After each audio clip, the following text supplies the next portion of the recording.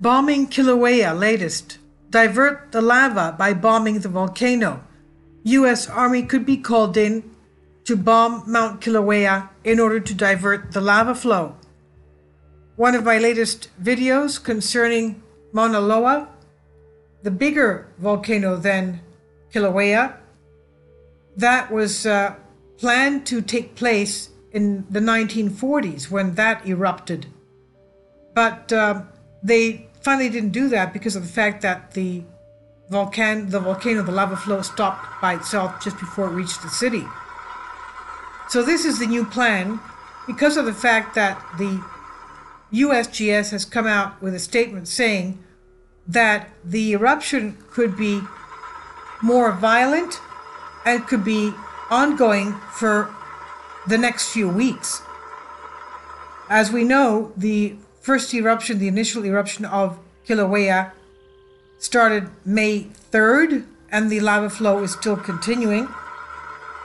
And today they came out with a statement saying that the activity will be more violent and it will be ongoing for weeks.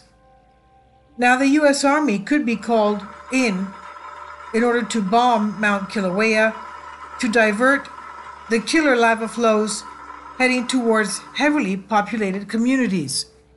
It's a technique first successfully used, as we said, in the 1940s in Mauna Loa, which is just northwest from Kilauea. This is an article by Paul Withers on Express UK. Now you can see some videos and images there. This was first attempted, as we said, in the 1940s. Initially, the idea came December of 1935.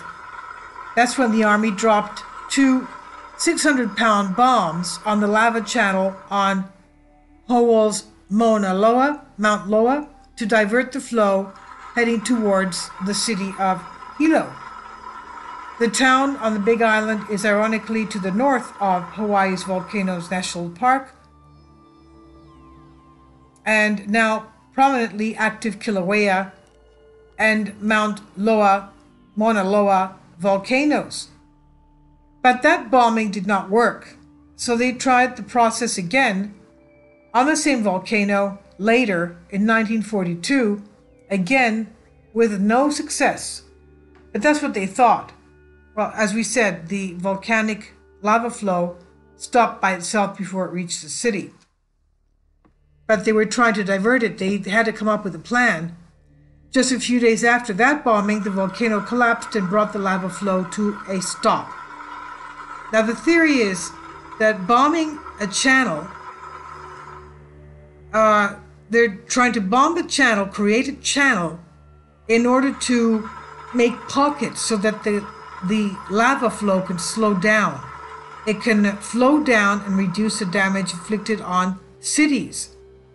Because, of course, as we know, this liquid is very hot and dangerous, moves faster when contained in a channel or a lava tube, while lava that flows in a wider space is much slower, and therefore it cools faster.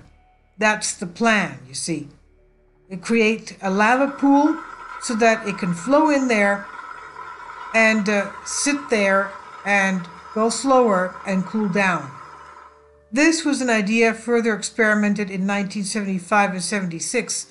That's when the U.S. Air Force dropped bombs on ancient lava fields in Mauna Loa, concluding that spatter cones, low, steep-sided hills that consisted of welded lava fragments formed around the lava fountain, were vulnerable to bombing. And in its report, the U.S. Air Force said, quote, "Modern aerial bombing has a substantial probability of success for diversion of lava from most expected types of eruptions on Mauna Loa's northeast rift zone, if Hilo is threatened and if Air Force assistance is required." End quote.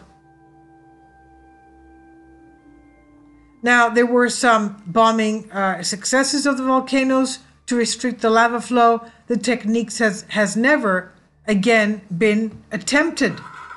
Well, I guess now is the time. That's what they believe. It may be revived 42 years later if lava continues to flow from Mount Kilauea, which began, as we said, on May 3rd, over a month ago. Up to now, more than 1,000 homes have been destroyed. Every time I read a new article, there's more homes destroyed. Started with 50, then it went up to 97. Now we see that there's over 1,000 homes that have been destroyed. Thankfully, no deaths have been reported, but the eruptions have covered more than 5,000 acres, and the lava flow has now been described as a flood. A flood. The United States Geological Survey continues to place Kilauea under red alert, meaning it's still currently spewing lava.